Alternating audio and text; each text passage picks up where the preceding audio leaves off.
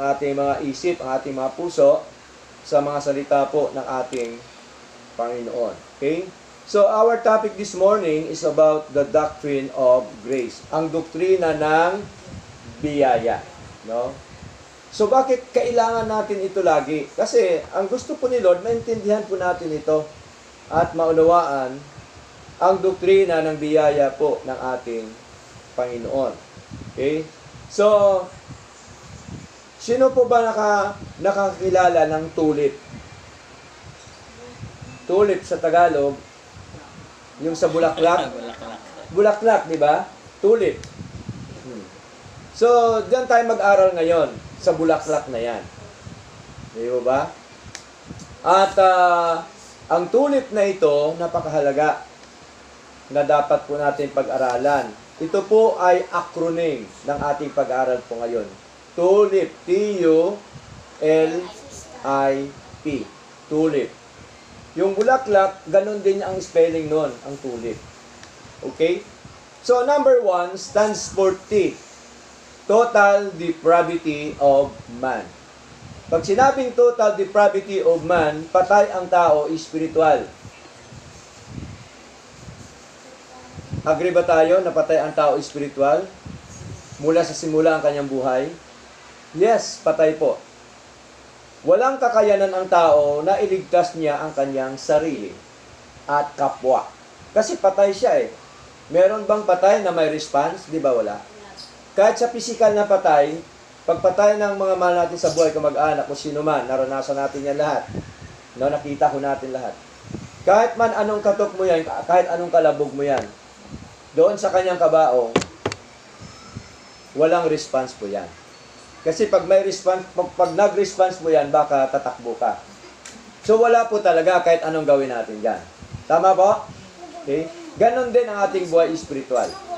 Walang matuwid, sabi ni Lord walang matuwid, wala ni kahit isa. Kahit isa sa atin dito, ng mga tao sa buong mundo, walang matuwid, sabi ni Lord. Walang gumagawa ng mabuti. Kaya lang man tayo ngayon gumawa ng mabuti kasi dahil sa biyaya ng Diyos. Tama? Okay? Walang naghahanap sa Diyos. Wala talagang naghahanap sa Diyos. Kaya lang man tayo naghahanap na kasi tayo ay born again na. Tama? Tayo ay binigyan na ng buhay. No?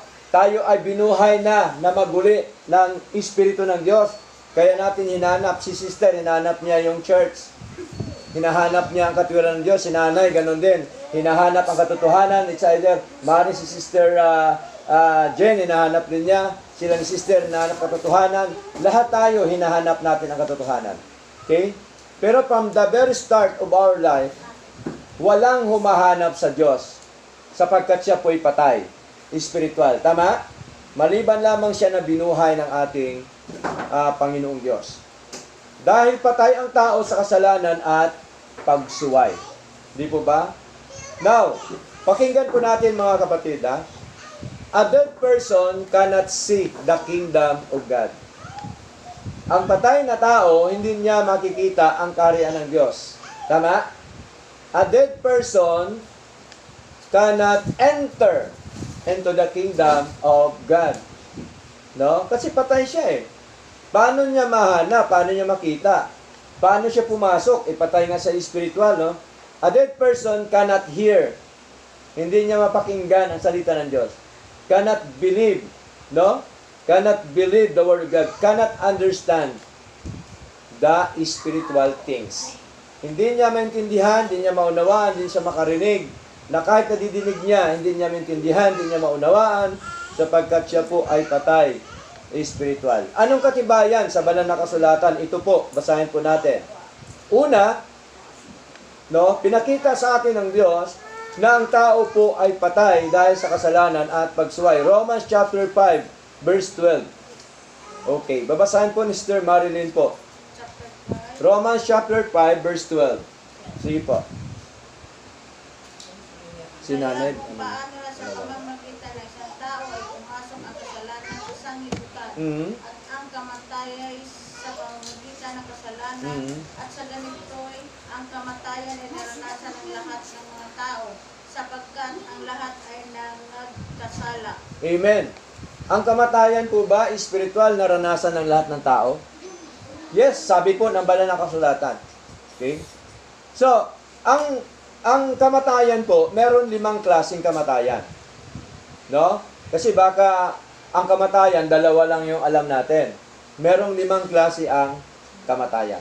Una, nung nakasala po si Adan sa Eva, no, ibinaba ng Diyos ang parusa, ay physical death. Kamatayang physical. Tama po? Kung nyo nabasa ang Genesis, sabi ni Lord, nung nakasala siya, ikaw ay uuwi sa alabok, sapagkat sa alabok ka kinuha. Ibig sabihin, physical death. Pangalawa, spiritual death. Patay siya spiritual dahil sa kasalanan at pagsuway sa Panginoon. That is spiritual death. Okay? Buhay ka, pero espiritu mo patay. Walang alam sa mga salita ng Diyos. Tama? Walang puwang ang iyong puso sa mga bagay na espiritual. Yun po ibig sabihin ng patay. Pangatlo, ito po yung tinatawag na eternal death. Yung tao mapunta sa impyerno, kamatayan sa impyerno. Tama? Eternal death. Walang katapusan po yan ang kamatayan sa paghuhukom ng ating Panginoon. Okay? Yung judgment, final judgment na po yan ng ating Panginoon. Number 4 na kamatayan, ito po yung tinatawag na death to fellowship. Ang tao, tandaan po natin, once na siya po ay wala ng fellowship sa Lord, wala na siyang tinatawag po na pagsunod sa Panginoon, patay na po yung kanyang fellowship sa Lord. Wala na po. No? Katulad nito, fellowship tayo, di po ba? So pagka ito ay wala na, tandaan po natin, ito po yung tinatawag na death to fellowship. Kung inyo pong nabasa ang isang anak, prodigal son. Nabasa niyo ba yan, prodigal son, sa Bible? Prodigal son. Di po ba? Ang prodigal son, kinuha niya ang kanyang parte sa kanyang ama. Di po ba? Tapos, umalis siya. Okay, umalis siya. Ngayon, yung parte ng nakuha niya sa kanyang ama, nilustay niya. Di ba ba? Hanggang po sa naubos po yon, hanggang sa siya po ay nagutom na, wala nang kinakain, at nakita niya yung pagkain ng baboy ng gusto niya, ay gusto niyang kainin dahil sa gutom niya.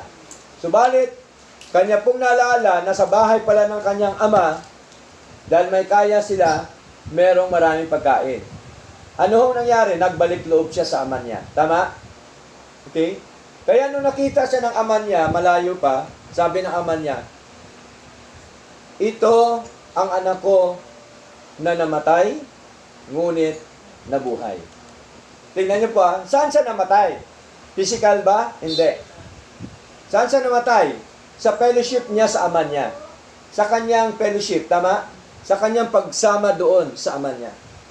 Yun po ang tinatawag na sa panahon natin ngayon, yung black sheep. Black sheep. No? Meron talagang gano'n no? May mga tao talaga kasi nangyari na po yun. Opo, sa pamilya. So, nawala yung kanyang fellowship. Ganon din po tayo bilang anak ng Diyos. Once na wala na tayo sa mga fellowship na katulad doon dito, pagtitipon sa Panginoon, ay meron, tandaan po natin, ibig sabihin po yun, patay na ang ating fellowship sa Lord. Okay? Pero, kaya pa ba buhayin? Yes, kaya pa buhayin ni Lord yun. Tama po? Ang malaga, magpakumbaba sa Lord, magbalik loob po sa ating Panginoon. Panlima, ito po yung tinatawag na death to sin. Patay ka na sa kasalanan mo. Bakit? Tinubos na tayo ng Panginoon. Tama? Inligtas na tayo ng Panginoon. That is death to sin. Yun po yun. So, 5 po yun. No? Una, physical death. Pangalawa, spiritual death. Pangatlo, eternal death. Pang-apat, death to fellowship. And number 5, death to sin. Okay? So, 5 po yan. Kaya, pero ito, yung ating pag-aralan po ngayon, ito po yung kamatayang spiritual. No, ito po yun.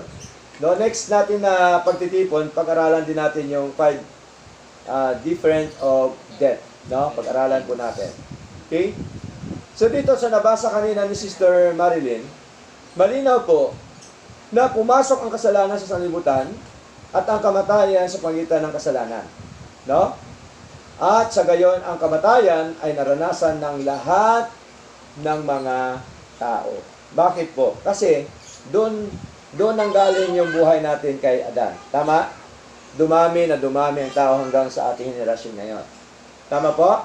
Okay? Pero, bago po dumami ang tao, mga kapatid, talagang sa panahon sa panahon ni Noe, ay galit din pa rin po ang Diyos doon dahil sa kasalanan ng tao. Kaya anong ginawa ng Diyos? Ginunaw ang mundo sa pamamagitan ng baha. Tama po? Nakuha niyo ba yung kwento na yan?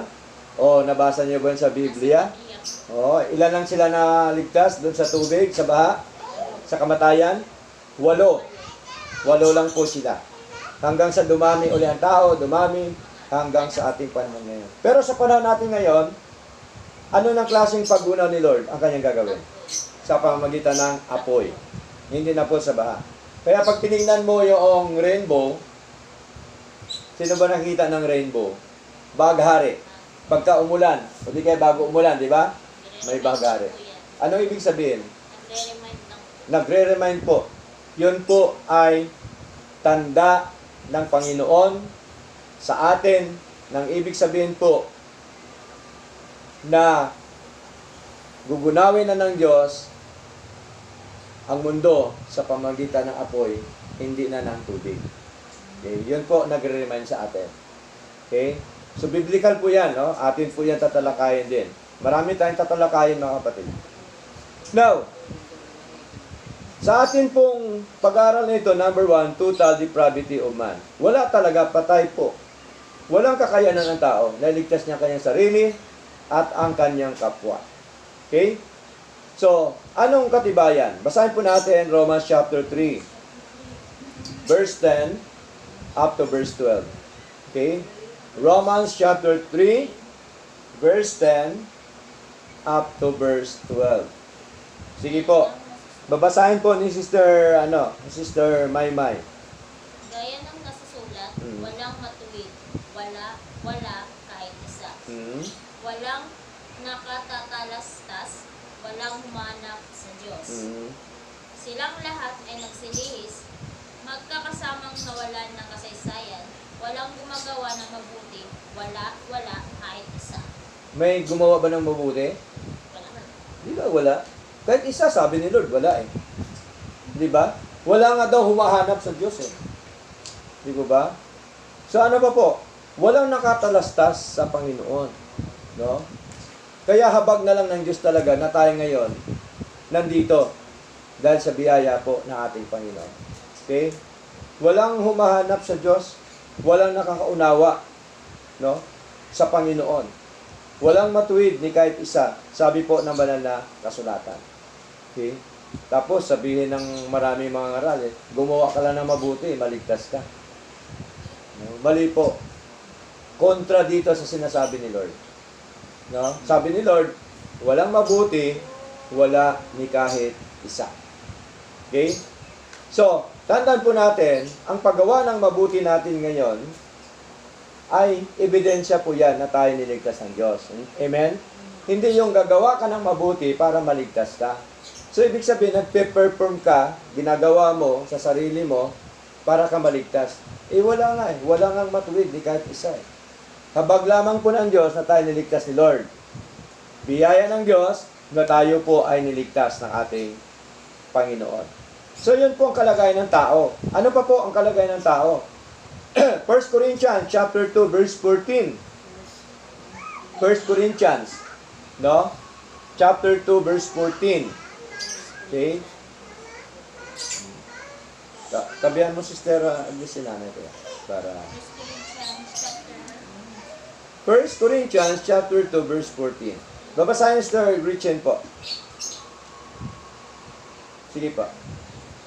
Ngunit ang taong ayon sa laman ay hindi tumatanggap ng mga bagay ng Espiritu ng Diyos, sapagkat ang mga ito ay kamangmangan Sa Kanya. sa Kanya. Mhm. At hindi niya nauunawa sapagkat ang mga yaon ay sinisiyasat ayon sa Espiritu. Amen. Malinaw po yon, no? Ang taong ayon sa laman, ito po yung tinatawag po na natural man, no? Ayon sa laman, ay hindi tumatanggap ng mga bagay ng Espiritu ng Diyos. Dati ganun tayo no? Kahit anong pakinig natin, wala po yon, ay kasi nasa laman tayo. Hindi tayo tumatanggap ng mga bagay ng Espiritu. Sapagkat ang mga ito ay kamangmangan sa Kanya. Di ba dati, pagka narinig natin salita ng Diyos, ano naman na yan? Yeah? Walang kwenta yan, di po ba? Bakit sinasabi ng taong ganon? Kasi, hindi pa siya na born again. Tama? Hindi pa siya na convert ng mga salita ng ating Panginoon. So, ano pa pong sabi dito? At hindi niya naunawa sapagkat ang mga yaon ay sinisiyasat ayon sa Espiritu. Tingnan niyo po, example lamang po. Pagka po ba ang baka ay humiyaw, naintindihan ba ng tao? Hindi po. Hindi. Tama? Pero kapwa baka ba maintindihan niya? Opo. Yes. Kapag ba ang mga bagay na espiritual ay ating mapakinggan, ay naintindihan ba ng espiritu natin once na tayo binuhay sa espiritu ng Diyos? Yes. Intindihan natin. Diba? Ang mga bagay na espiritual. Okay? Ganon din po yun. No? At kaya nga malinaw, sabi ho dito, ay para sa kanila, kamangmangan po yung mga bagay na yan. Pero sa atin, na mga ligtas na, yung pangangaral ay kapangyarihan ng Diyos yun. No, basahin na natin. 1 Corinthians chapter 1 verse 18 po. 1 Corinthians chapter 1 verse 18. Sige mo. Babasahin ni Brother Migmig. Brother Migmig. For the preaching of the cross is to them that perish foolishness, Mhm. but unto us which are saved, it is the power of God. Amen. No? Malinaw po. Sa mga napapahamak, ang pangangaral ng krus kay Kristo sa kanila kamangmangan. Kahangalan. Tama po? Walang kwenta. Pero sa mga naligtas, ito ay kapangyarihan ng Diyos. Para sa atin, kapangyarihan ng Diyos yan. Kasi tayo mga iniligtas na po ni Lord. Sure ba tayo na ligtas na? Baka may pagdududa pa tayo? O dapat 100%. No? Kaya ang dahilan kung bakit nandito ka, kasi bunga yan ng pagkaligtas ng Diyos sa'yo. Nakikinig ka. Tama? Gusto mong pakinggan ang aral ng Diyos. Willing ka na maglingkod sa Panginoon. Willing ba tayo na maglingkod sa Diyos? Amen. Yes.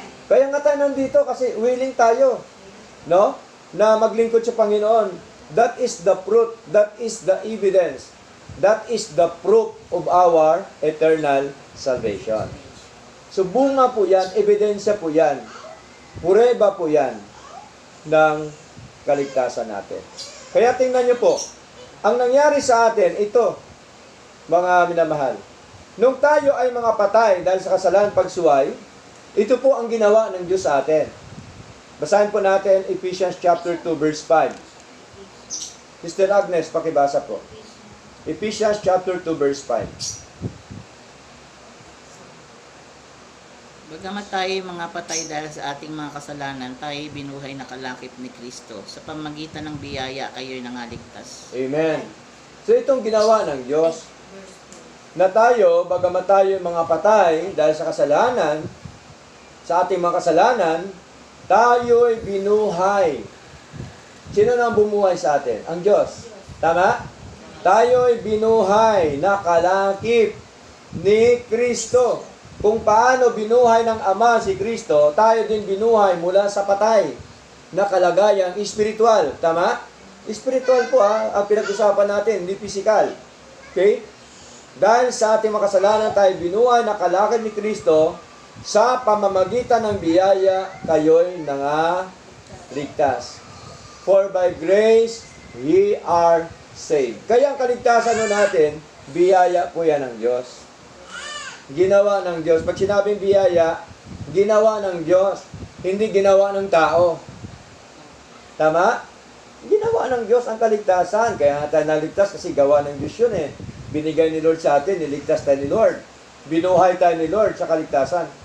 Matibay ang ating paniniwala na ang taong patay espiritual ay lubos na walang kakayahang iligtas ang kanyang sarili.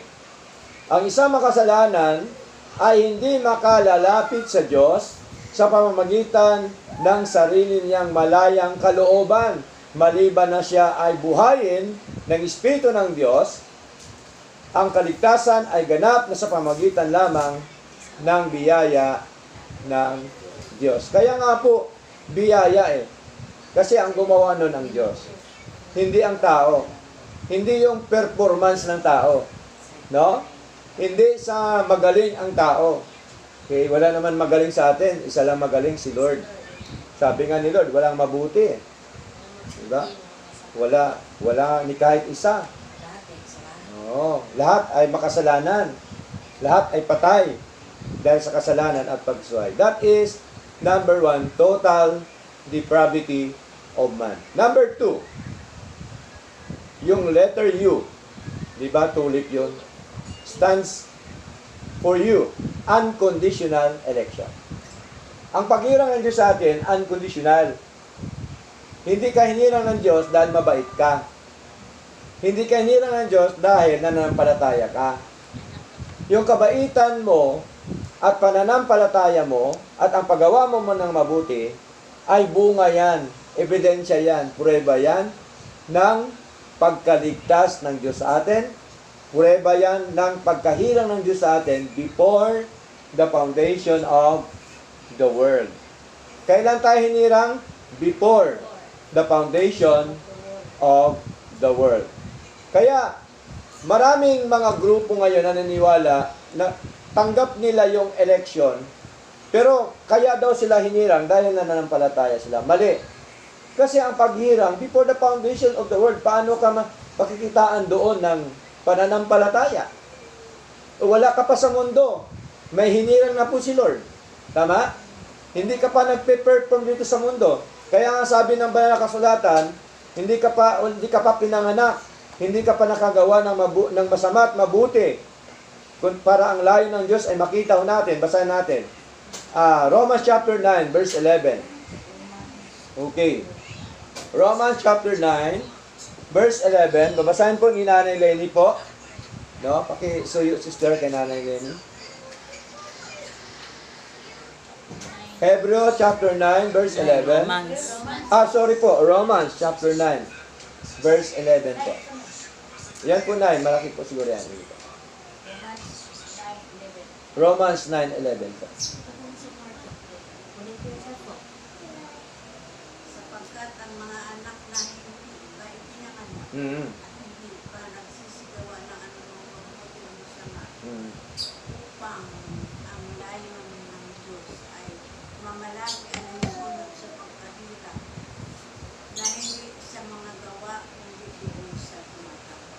Amen. So, yan pa'y layunin ni Lord sa mga hinirang. Hindi dahil doon sa mga gawa ng tao, okay, kundi doon sa Diyos na tumawag. Okay? Kaya malinaw po yon na ang paghirang ng Diyos sa atin ay unconditional. Walang kondisyon. No? Hindi dahil maganda ka o gwapo ka, nirang ka ng Diyos, hindi ho, ganon. Mga kapatid. God chooses people before the foundation of the world. Not because of their works or decision. No? Hindi ho dahil sa decision natin. Hindi dahil sa mga gawa natin. Eternal salvation is not according to our works, but according to His own purpose and grace. No? Hindi yan dahil sa ating gusto, kundi yun po ay dahil sa layunin at biyaya ng Diyos. 1 Timothy chapter 1 verse 9. Babasahin po ni Sister Jen. Pakisuyo po, Sister Marilyn. 1 Timothy chapter 1 verse 9. Sige po. Para lahat tayo maka... Ano. Yamang Magbasa. nalalaman ito Oo. na ang kautusan ay hindi ginawa dahil sa taong matulog, kundi sa mga 1 Timothy po, 1 Timothy. chapter 1, verse 9. Verse 9. Ay, sorry po pala. 2 Timothy po pala yun. Sorry po Nagkamali po ako. 2 Timothy pala. Opo. Hindi pala 1 Timothy. Sorry. It's 9. Opo. Pasensya na po. Na siyang sa atin ay nagligtas, Ah. at sa atin ay tumawag sa isang banal na pagtawag. Ah, Hindi ayon sa ating mga gawa, Ah. kundi sa ayon sa ating sariling akala at biyaya, na binigay sa atin kay Kristo Jesus, buhat pa ng mga panahong walang hanggan. Amen. So malinaw po, no? Who hath saved us and called us with an holy calling, not according to our works, but according to His own purpose and grace, which have given us in Christ Jesus before the world began. Tingnan niyo po, no?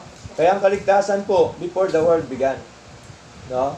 At ito po ay ibinigay niya sa ating Panginoong Jesucristo, kaya tayo tinubos ng ating Panginoong Jesucristo.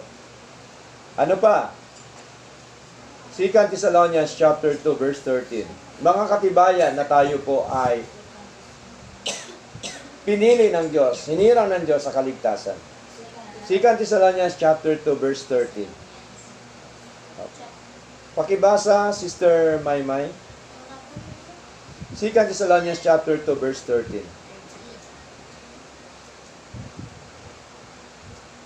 Ngunit kami ay nararapat magpasalamat sa Diyos dahil sa inyo, mga kapatid na minahal ng Panginoon, sa pagkakahirang sa inyo ng Diyos, buhat ng pasimula sa ikinaligtas sa pagpapabanal na Espiritu at pananampalataya sa katotohanan. Amen. Malinaw po, no?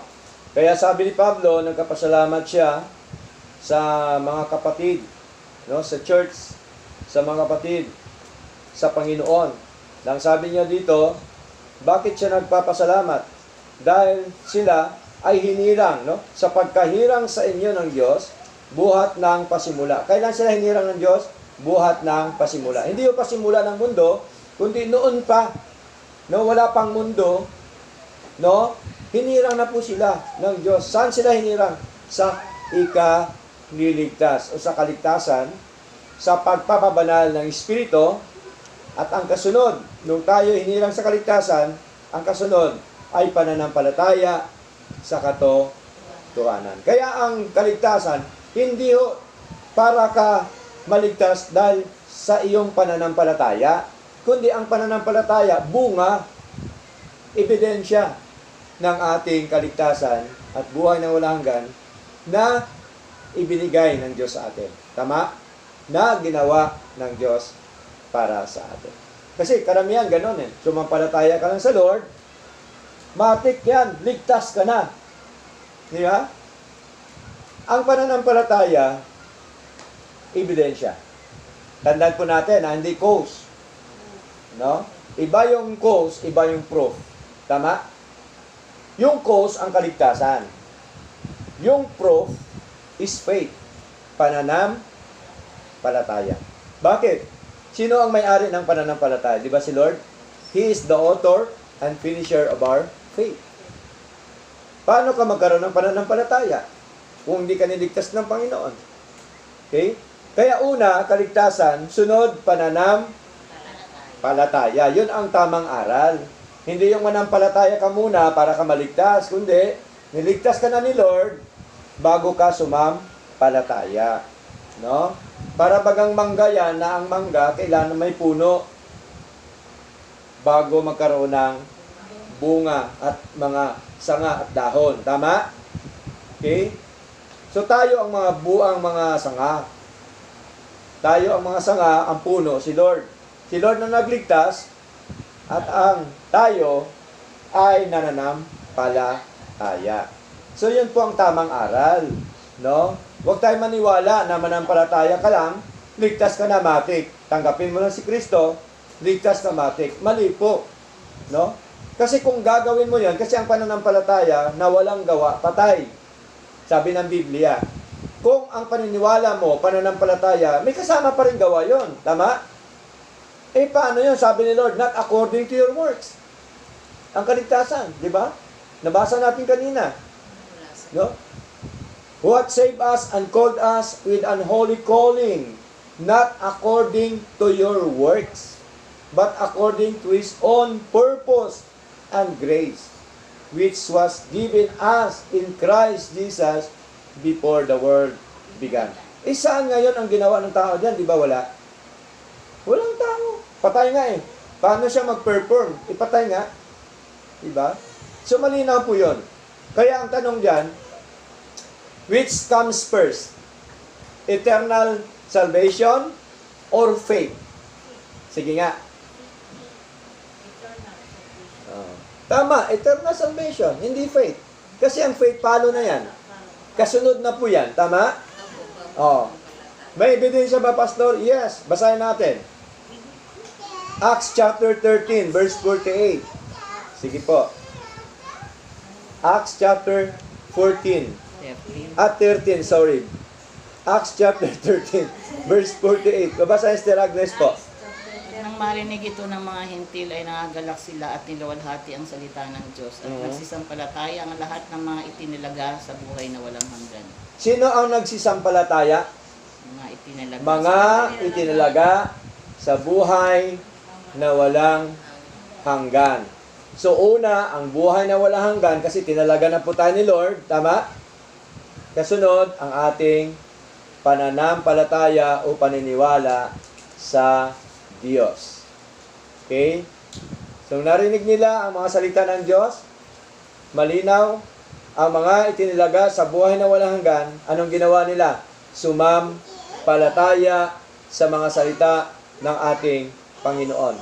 Kaya ang tanong, which comes first? Eternal life or faith? Eternal life ang una. Tama? Lagi puno ang una. Ang Diyos. Tama po? Sa buhay natin, lagi dapat una ang Diyos. Bago ang lahat. Di ba? So malinaw po yan. Unconditional election. Number 3. Stance of letter L. Limited atonement or particular redemption. Pag sinabing limited atonement, ang tinubos po ni Kristo, marami. No? Marami.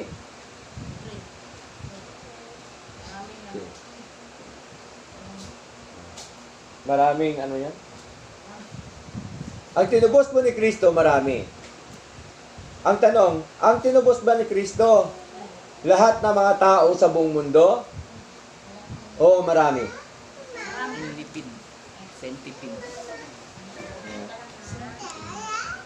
Hindi centipede ang niligta ang ano. Hindi, yung centipede. Kala ko naman yung tinubos, centipede. Sorry. Ang tinubos po ba ng Panginoon lahat ng mga tao sa buong mundo? Lahat. Lahat. Ang tinubos ba ni Kristo lahat-lahat ng mga tao sa buong mundo? Kasi kung hindi. Ikaw, sister, hindi. Sister Jen. Ni lahat. Si nanay po. Lahat. Kayo po. Hindi lahat. Sister. Lahat. Okay. Now, ito sa lahat na nagsumagot. Sabi nila lahat. Di wala na mapunta sa impyerno. Kung tinubos na lahat. Kasi si Jesus Christ ang nagtubos sa atin, di ba? So kung lahat na tinubos ni Kristo, walang mapunta sa impyerno. Bakit may sinasabi pa rin si Lord na may pupunta sa impyerno? So, ibig sabihin, hindi lahat. Ang tinubos ni Kristo, yung mga hinirang ng Ama before the foundation of the world na ibinigay ng Ama kay Kristo. Kaya nga ang dahilan kung bakit ay merong Kristo na nagkatawang tao para tubusin ang mga hinirang ng Ama before the foundation of the world. Binigay ng Ama kay Kristo. Ano pong basihan? Basahin po natin. Matthew chapter 20, verse 28. Matthew chapter 20, verse 28. Babasahin po ni Sister Marilyn. 20, verse 28. Gayon din naman ang anak ng tao ay hindi na parito upang pagtingkuran, kundi upang maglingkod at ibigay ang kanyang buhay ng pagtubos sa marami. Pangtubos sa marami. Oh, ang tanong, marami ba sinabi ni Kristo o lahat? Marami. Marami. Di ba? So, ang nagtubos po nito, ating Paiso Kristo, tinubos niya ang marami. Pag sinabing marami, si Lord na nakakaalam doon. Tama? Isa po tayo doon sa tinubos ng ating Panginoon sa Kristo. Kasi tayo, hinirang ng Diyos before the foundation of the world. Ibinigay tayo kay Kristo. Basahin po natin. John chapter 6, verse 39. Babasahin ni Sister Gretchen po. John chapter 6, verse 39. Sige po. At ito ang kalooban ng nagsugo sa akin. Sa lahat ng itinigay niya sa akin ay huwag kong iwala ang anuman, kundi bangon sa huling araw. Si Kristo ang sinugo ng Ama. Tama? Nung sinugo siya ng Ama, sabi ni Kristo, at ito ang kalooban na nagsugo sa akin, yung Ama. Ibig sabihin, na sa lahat na ibinigay niya sa akin, sinong niya ng Ama, na ibinigay niya sa akin ay huwag kong iwala ang anuman, kundi ibangon sa huling araw. Ito po yung mga tinubos niya. Verse 44, ituloy mo, sister. Verse 44. Tatalon tayo sa 44. Sabi ni Kristo. Walang taong makalalapit sa akin, maliban ng ang amang nagsugo sa akin, ang sa kanya'y magdala sa akin, at siya'y aking ibabangon sa huling araw. Walang tao na makalalapit sa Panginoon Kristo. Maliban lamang na ang Ama ang magdala sa Kanya. Tayo po yun, dinala ng Ama doon kay Kristo para tayo tubusin. Tama? Tayo po yun. Bakit tayo tubusin? Kasi nakasala tayo eh. Patay tayo dahil sa kasalanan at pagsuway. Dahil sa ating original sin. Dahil sa ating namanang kasalanan kay Adan at kay Eva. Obligado po yun. Kaya, maraming mga grupo na gusto magpakabanal para maligtas. Tandaan po natin, ang original sin natin ang tinubos. Ang tanong, Pastor, ang tao po ba nakasala pa rin? Kahit tinubos na ng Panginoon Kristo. Nakasala pa rin ba ang tao? Yes. Bakit? Kasi nasa laman pa tayo. Nasa lupa pa tayo eh. Nasa laman pa tayo, kaya tayo nagkakasala. Pero iba yung nakakasala na sinadya kasi hindi sinadya. Tama? Totoo po ba yan? Yes, magkaiba yun. Alam mo na kasalanan, tapos sasadyain mo. O, di ba? Parang baboy yan, ganito. Iba ang nawisikan, iba ang nalublog sa putikan. Tama? O. Merong mga tao na lublob na sa putikan. Meron din naman tao na nawisikan na. Tama? Dumaan ka lang, nawisikan ka. Parang dumaan ka lang doon sa Tagayan, nagtagay ka. Parang gano'n. Di ba? O, nawisikan ka. You know why? Because nasa katawan, lupa pa tayo. Nasa laman. Okay? Pero ang tanong, yamang ang tao ay nagkasala pa rin. Manatili po bang tao magkasala? Sa harapan ng Diyos. Yamang ang tao ay nasa laman pa, nagkasala. Ang tao ba required na magkasala? Hindi. Hindi. Turo ni Lord, lagi tayong huwag magkasala eh. Tama? Kailangan tayo maligtas dito sa mundo na ating ginagalawan. Kaya kailangan tayo gumawa ng mabuti. Okay? So, si Lord po, bilang shepherd, ibinigay niya ang kanyang buhay para sa sheep. No? Basahin natin.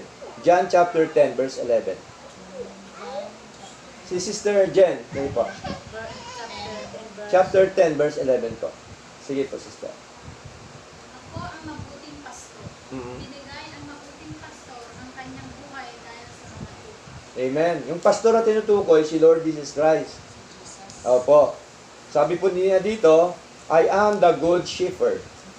The good shepherd giveth his life for the sheep. Yung pagtubos niya sa atin, ibig sabihin, binigay niya sa atin ang kanyang buhay. Para kanino? Sa mga tupa. Tayo po yun, mga tupa ni Lord. Mga hinirang ng Diyos, tandaan po natin, yan ang mga tupa ng Panginoon. Okay? So, malinaw po yan, mga kapatid.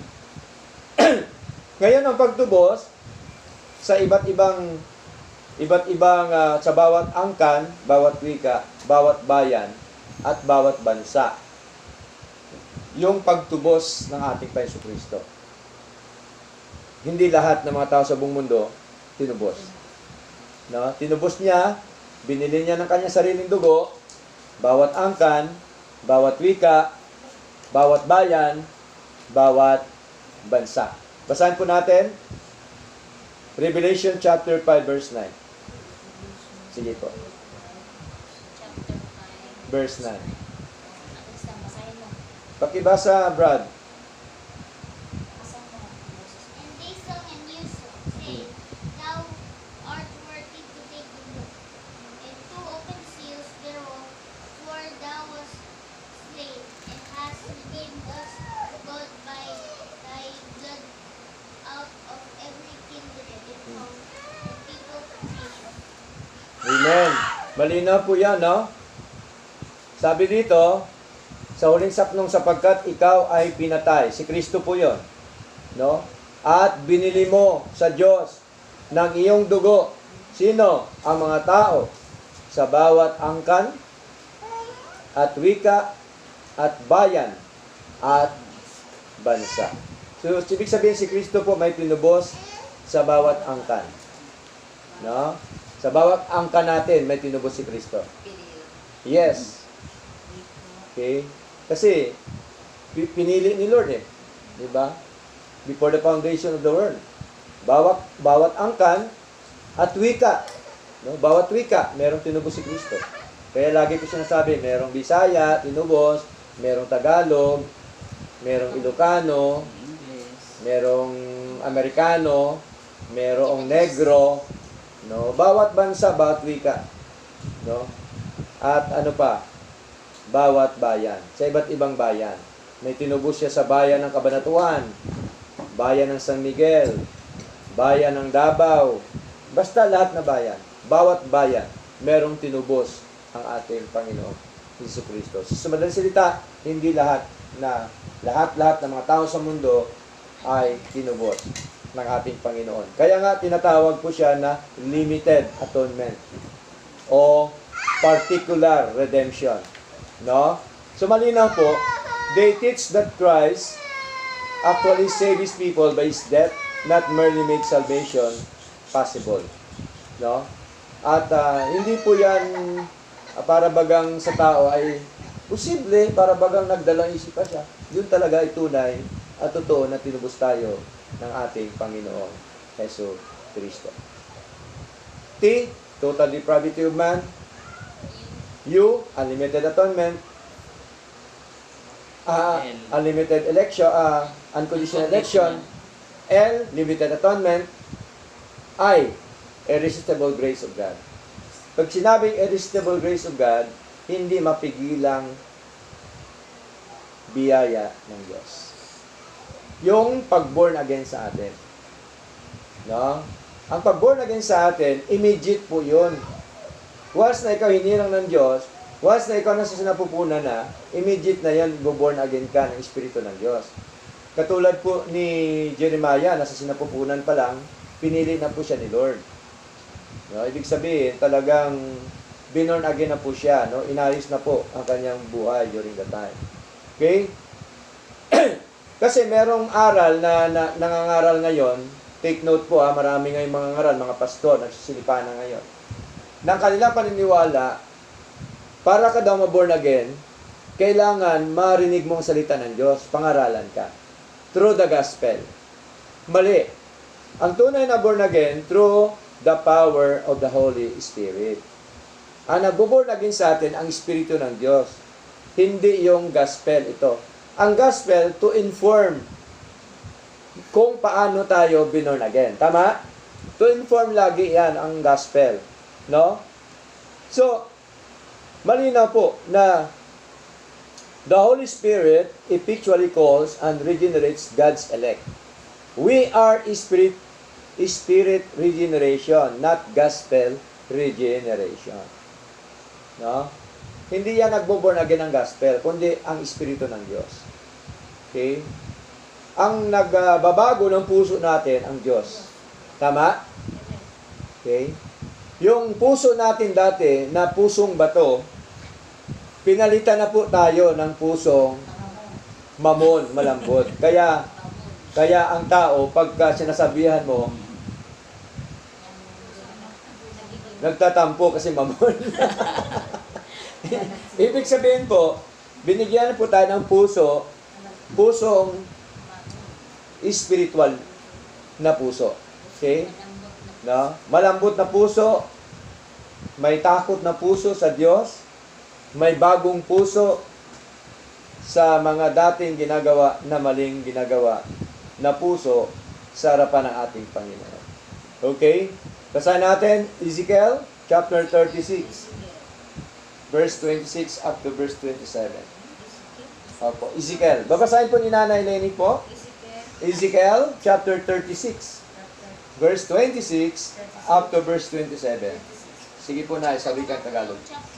36. 36. Verse 26 to 27. Bibigyan ko rin naman kayo ng bagong puso Mhm. at lalagyan ko ang loob ng pagmamahal. Mhm. At aking aalisin ang Puso. batong puso sa inyong katawan at aking bibigyan kayo ng puso ng laman. Verse 27 po na.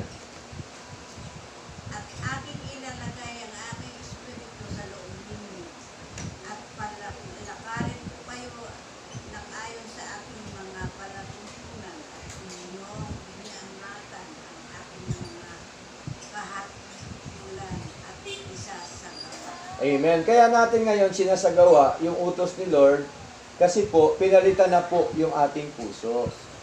Yung pusong bato natin, pinalitan na po ng pusong laman, sabi ng Panginoon.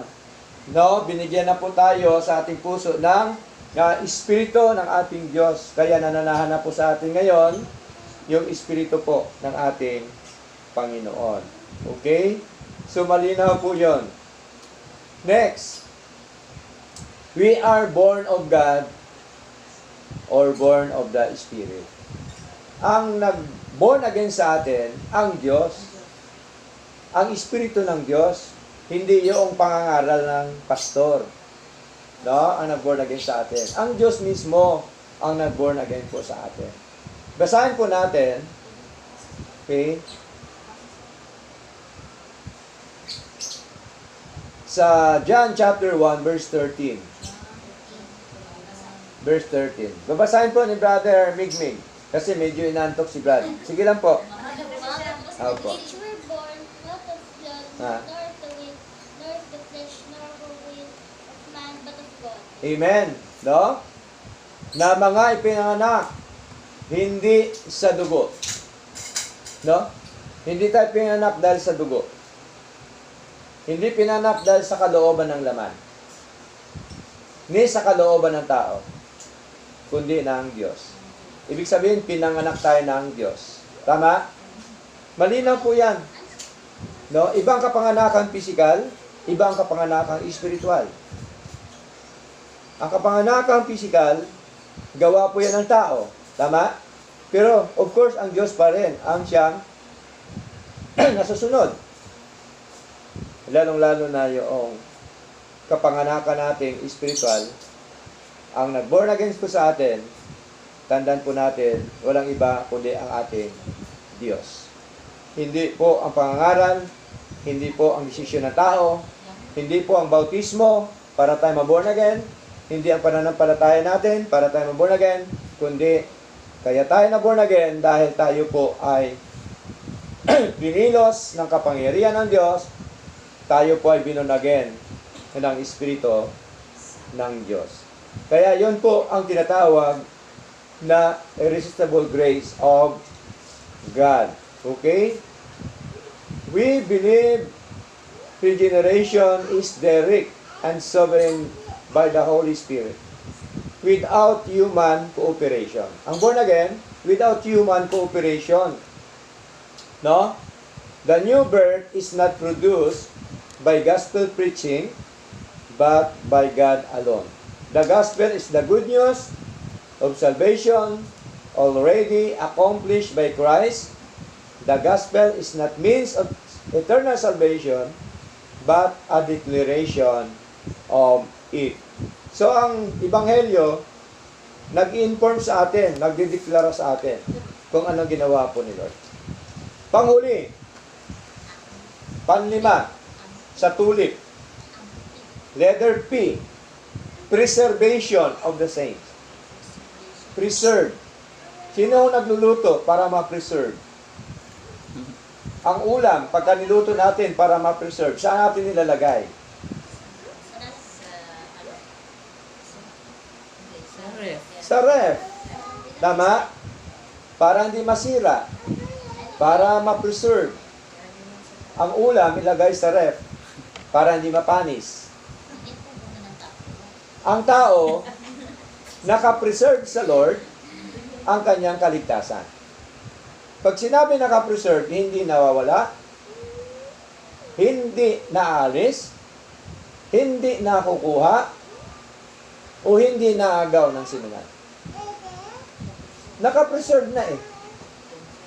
Meron na tayong tinatawag na eternal security.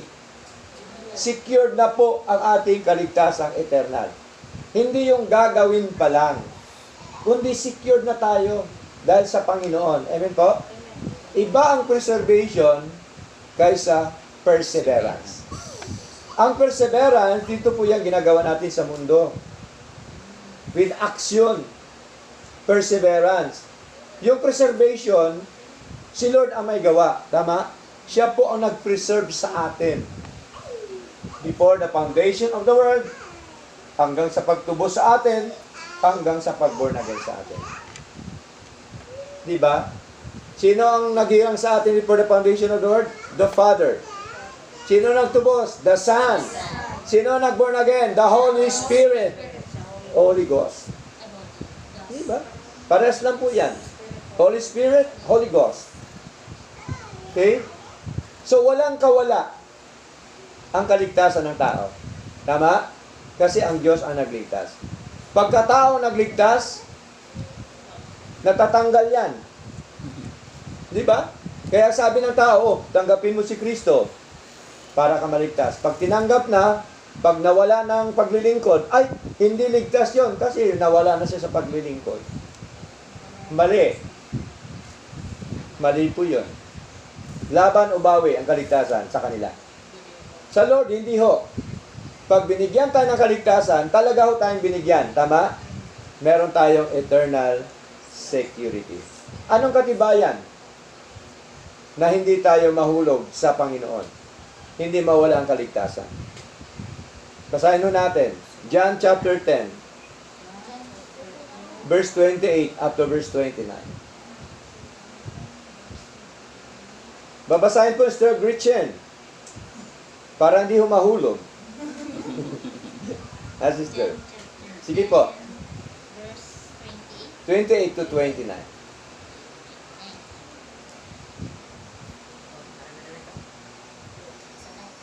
At sila'y binibigyan ko ng walang hanggang buhay.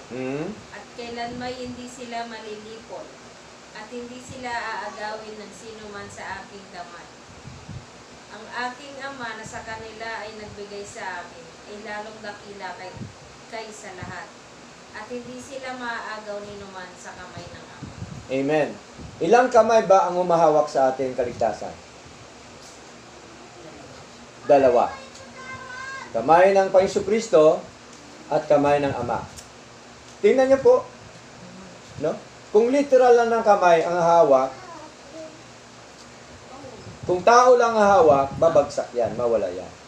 Pero pagka Diyos na ang humawak, sabi ng banal na kasulatan, hindi sila maaagaw ni numan. Hindi tayo kayang aagawin ng sinumang tao. Okay? Sapagkat malinaw po ng sabi ng Panginoon, and I give unto them eternal life. Sino nagbigay ng eternal life? Si Lord. Sinong binigyan? Tayo ng mga tupa ng Diyos. Tayo na mahingiran ng Diyos before the foundation of the world. Kaya sabi ho dito, ang aking Ama na sa kanila ay nagbigay sa akin, di ba? Binigay tayo ng Ama kay Kristo para tubusin, di ba? Ay lalong dakila kaysa lahat at hindi sila maagaw ni naman sa kamay ng Ama. Kaya malinaw po, mga minamahal, na nakapreserve na po yung ating eternal salvation. 1 Thessalonians chapter 5, verse 23. Okay? 1 Thessalonians chapter 5, verse 23. Babasahin po ni Sister Agnes. At pakabanalin kayong lubos ng Diyos din ng kapayapaan, at ang inyong espiritu at kaluluwa at katawan ay ingatang buo, na walang kapintasan sa pagparito ng ating Panginoong Hesukristo. Amen. Hanggang pala sa pagparito ng ating Panginoon, malinaw po na ang ating espiritu, ang ating kaluluwa, at ang ating katawan ay iingatang buo. No? Sa English po, sabi po dito, and I pray God, your whole spirit and soul and body be preserved, blameless unto the coming of our Lord Jesus Christ. Hanggang pala sa pagparito ng Panginoon, ang kaligtasan natin hindi nawawala. Tama? Nakapreserve na po yan. Kasi ginawa na po yan ni Lord. Hindi yung gagawin pa lang. Okay? So malinaw po, yung tulip na araw na ito, napakaganda. Total depravity of man, nakita natin, ang tao, walang kakayanan, naligtas sa kanyang sarili, patay siya dahil sa kasalanan at pagsuway.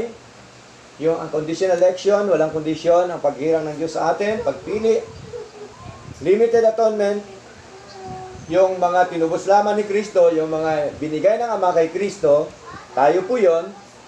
And then, irresistible grace of God, yung hindi mapigilang biyaya ng Diyos, ay siya nag-born again sa atin, bumuhay sa atin sa kalagayang patay espiritual, nagbigay sa atin ng spiritual life, ay ang banal na espiritu, and then, yung P, siya po ang nag-preserve ng ating kaligtasan at buhay na walang hanggan. Saan pa tayo? Kompleto. Oo. Kaya tingnan niyo po sabi ni Lord, walang makapaghiwalay sa atin. Kahit gutom pa yan, kahit ano man yan ang nangyari sa atin, walang makapaghiwalay sa atin. Basahin po natin Romans chapter 8. Panghuli na po ito. Romans chapter 8, verse 35. Up to verse 39. Sister Marilyn, pakibasa po. Sino ang maghihiwalay sa atin sa pag-ibig ni Kristo? Ang kapighatian o ang kanapisan o ang pag-uusig o ang kagutom o ang kabubaran o ang panganib o ang taba. Kaya nang nasusulat, dahil sa iyo kami pinapatay sa buong araw. Kami ay nabilang na parang mga tupa sa patayan. Hindi.